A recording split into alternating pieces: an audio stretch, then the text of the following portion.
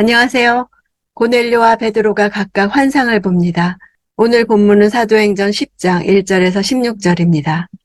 1절, 가이사라에 고넬료라는 사람이 있었는데 그는 이탈리아 부대라는 로마 군대의 백부장이었습니다.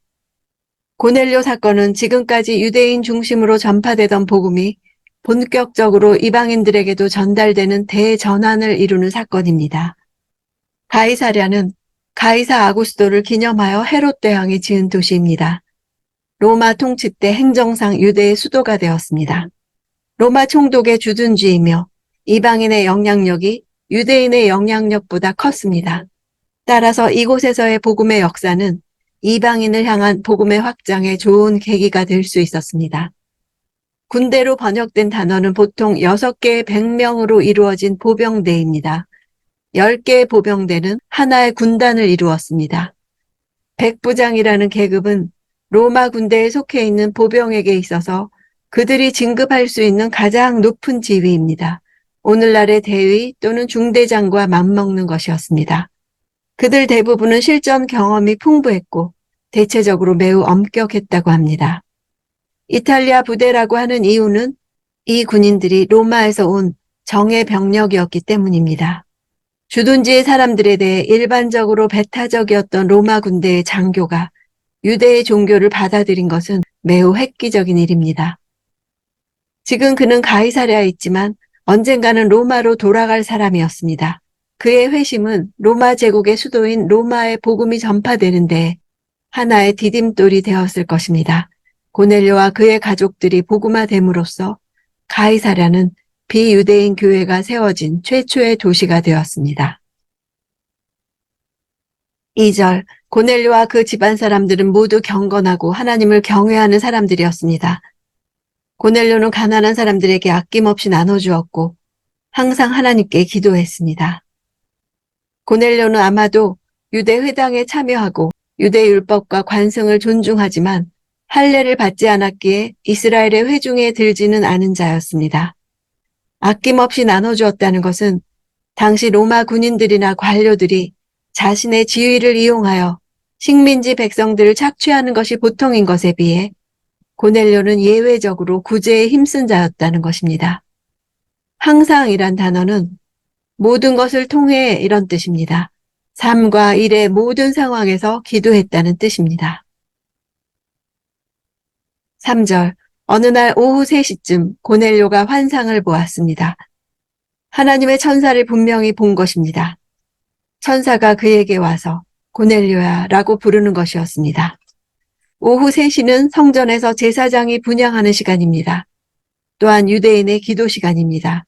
예루살렘 성전에서 매일 이때쯤 제사장에 의해 저녁 희생 제사가 드려졌기 때문에 이 시간에 기도하는 것은 바로 제사장의 희생 제사에 참여하는 것으로 여겨져서 경건한 유대인은 이 시간에 기도하는 것을 매우 중요한 일로 생각했습니다. 고넬료는 경건한 유대인들의 종교적 관습에 따라 이 시각에 기도하고 있었습니다. 구속사 주요 대목에 출연하는 천사가 등장하는 것은 이 이방 선교가 하나님의 뜻을 이루는 너무나 중요한 일이기 때문입니다. 4절, 고넬료가 천사를 쳐다보고 주님 무슨 일입니까? 라고 물었습니다. 천사가 대답했습니다.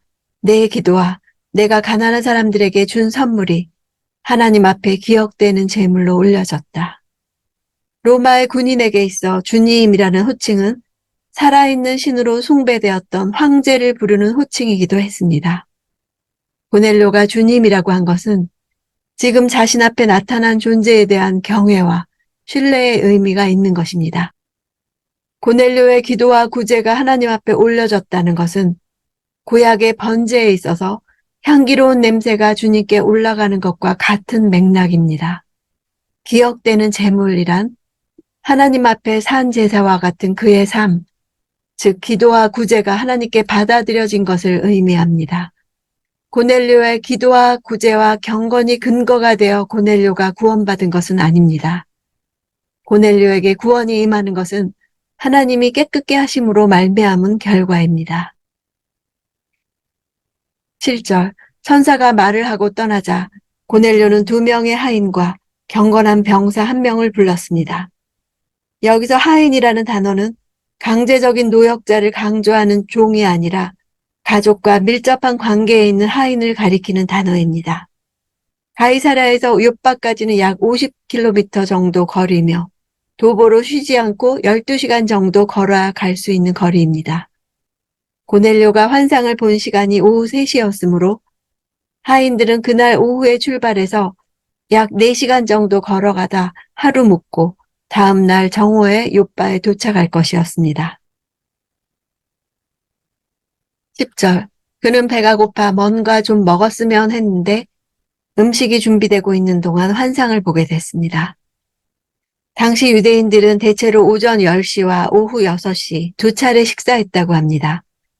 아마 그는 이때까지 첫 번째 식사를 하지 못한 것으로 보입니다. 하나님께서 베드로로 하여금 영과 육에 있어 가난한 상태로 준비시키고 있었습니다. 여기서 환상으로 번역된 단어는 고넬료가 본 환상이란 단어와 다른 단어입니다. 고넬료는 객관적인 의식 속에 무엇을 보는 것이었다면 베드로는 주관적 체험의 의미가 더 강합니다.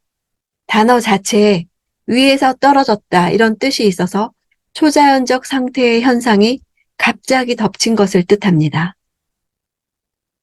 11절. 하늘이 열리고 큰 보자기 같은 것이 내 귀퉁이가 묶여 땅으로 내려오는 것이었습니다. 보자기라는 단어는 큰 천, 돛, 옷감 등을 뜻하기에 매우 큰 것을 말합니다. 그 앞에 큰 이런 수식어까지 붙어서 그 보자기가 눈길을 사로잡을 만한 아주 큰 것이었음을 더욱 강조합니다. 숫자 넷은 동서남북 네 방위와 더불어 그 사이에 있는 모든 것을 의미하는 데 쓰여서 완전성과 전체성을 나타냅니다. 베드로에게 임한 이 환상은 복음이 공간과 시간적인 면에서 매우 멀리까지 미치고 온 교회에 미침을 상징적으로 보여주는 것입니다. 13절. 그때 베드로야 일어나 잡아먹어라 하는 음성이 베드로에게 들렸습니다. 이 명령은 배고픈 상태에 있는 베드로의 귀를 솔깃하게 했을 것입니다. 잡는다는 단어는 신에게 바치다, 희생제사를 드리다 라고 희생제사를 드리기 위해 죽인다는 의미로 쓰였습니다. 잡아먹어라 하는 명령은 1차적으로는 먹기 위해 죽이라는 뜻이지만 더 나아가서는 그것들이 깨끗하며 제사로 드리기에도 합당하다는 의미까지 암시하는 것입니다. 유대인과 이방인을 갈라놓았던 음식법을 뛰어넘는 새로운 계시를 보여주심으로 지금까지 부정한 자라 여겼던 이방인들에게도 자유롭게 나아가 하나님의 백성으로 삼으라는 의미가 있는 것입니다. 14절. 베드로는 말도 안 됩니다. 주님, 저는 불결하고 더러운 음식은 먹어본 적이 없습니다. 라고 대꾸했습니다. 베드로의 강한 거부는 가이사랴 빌립보에서 예수님의 십자가 길을 막으면서 주여 그리 마옵소서라고 말했던 것처럼 또 유월절 만찬 자리에서 예수께서 그의 발을 씻기려 하자 내 발을 절대 씻기지 못하시리이다 라고 말했던 것과 같습니다. 그의 이런 거부와 반대는 하나님의 뜻을 알지 못하는 영적 무지에서 나온 것이었습니다. 유대인들이 가지고 있는 관습과 고정관념과 전통은 이방인의 구원을 이해하는 데 있어서 결정적인 거침돌이 될 것입니다. 하나님은 지금 이 문제를 해결하시려는 것입니다. 15절. 그러자 하나님께서 깨끗하게 하신 것을 불결하다고 하지 마라 하는 음성이 두 번째로 들렸습니다. 깨끗하게 하신 것은 이미 과거의 일을 뜻합니다. 음식 규례를 주셨던 하나님께서 이미 폐지하셨다는 것입니다. 하나님은 유대인들에게 주신 음식 규례를 언제 폐지하셨나요? 예수 그리스도께서 부활 승천하셔서 영광을 얻으신 사실로 인해 모든 의식적인 법규들이 해제되었습니다. 구약 율법 가운데 제사법, 성결법과 같은 구약 종교 생활의 의식법은 그 입법 원리가 하나님의 구속사역의 원리를 반영하고 있으며 이는 그리스도의 구속 희생 사역으로 모두 성취되어 구속력이 상실되었습니다. 따라서 어떤 음식에 대해서 의식적으로 깨끗하다, 깨끗하지 않다는 구분도 없어졌던 것입니다. 시제로 보면 하나님이 이미 과거의 어느 한순간에 깨끗하게 하셨는데 베드로는 계속해서 불결하다고 생각하고 있는 것입니다. 하나님은 그리스도의 구속사역이 성취되기 전에 예표적 의미를 지녔던 의식법에서 아직까지 벗어나지 못하고 사로잡혀 있는 고정관념은 하나님의 뜻의 어긋남을 말씀하시는 것입니다. 16절. 이런 일이 3번 일어나더니 곧 그 보자기는 다시 하늘로 올라갔습니다. 3번 일어난 일은 결정적이란 뜻입니다. 또한 완전한 효력이 있음을 뜻합니다. 구약시대에 이스라엘에게 주신 의식율법은 그것 자체가 최종 목적이 아니라 오직 구약의 모든 약속과 예언의 성취로 오신 우리 구주 예수와 그분이 주실 새 언약과 연결될 때에만 그 의미가 있는 것입니다. 하나님께서는 3번이나 거듭된 환상을 보여주심으로 구약 전통에 얽매여 유대인 선교에만 주력하던 초대교회로 하여금 이제 세계 만방의 이방인에게도 구원에 이르는 결정적 계기를 마련케 하신 것입니다. 이스라엘은 선택의 교리를 편애의 교리로 왜곡시켜서 인종적 교만과 증오에 가득 차 이방인들을 개라고 멸시하고 그들과 자신들을 격리시켰습니다.